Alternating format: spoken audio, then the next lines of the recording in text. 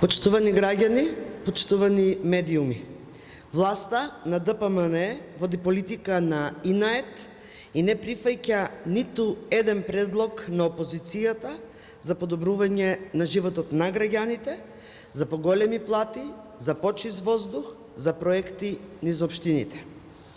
Ниту еден амандман на Социјалдемократскиот сојуз на Македонија во Собранијската комисија ДПМН не прифати, што досега се нема никога случајно во историјата на Македонското собрание. Одбиени се амандманите за поголема плата за работниците. Одбиени се амандманите за покачување на платите на полицајците за 20%. Одбиен е амандманот за зголемување на платите на пожарникарите. Одбиен е амандманот за поголеми плати во образованието. Одбиени се сите амандмани во делот на социјалната заштита за поголеми надоместоци на најранливата категорија на граѓани и за подобрување на состојбата во делот на социјалните услуги. Се што е предлог за покачување на плати, ДПМН го одбива. Мнозинството го враќа моделот во кој што работниците ќе бидат само ефтина работна сила. Според податоците на Државниот завод за статистика, животниот стандард на граѓаните се влошува, сиромаштијата расте. 4-члено семејство има потреба од 62.021 денар месечно за основни трошоци. Сето ова се индикатори дека народот има се помалку пари во семејните буџети. Работниците, полицајците, наставниците, пожарникарите заслужуваат почит, достоинство и фер плати. Од друга страна, додека ДПМН одбива амандмани за поголеми плати, во исто време ги зголемува парите во буџетот за мебел и луксузни возила за функционерите.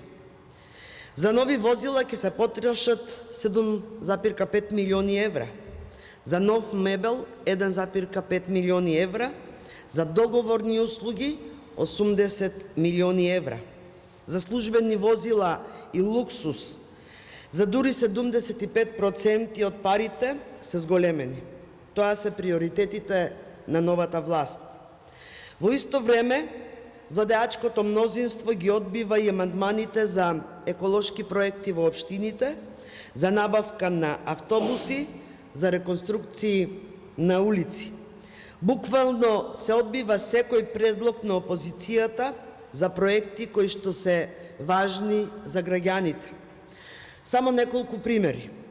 Одбиен е амандманот за пречистителна станица во Валандово и колекторскиот систем во Доиран. Одбиени се амандманите за набавка на еколошки автобуси, за улицата Ленинова, за намалување на загадувањето, за локални патишта во Демирхисар, за клучката кај Барвеница. Пред нас денес е пленарна седница и апелираме власта да се вразуми, да го прекине овој политички инает и да ги прифати амандманите кои што се во интерес на сите наши граѓани.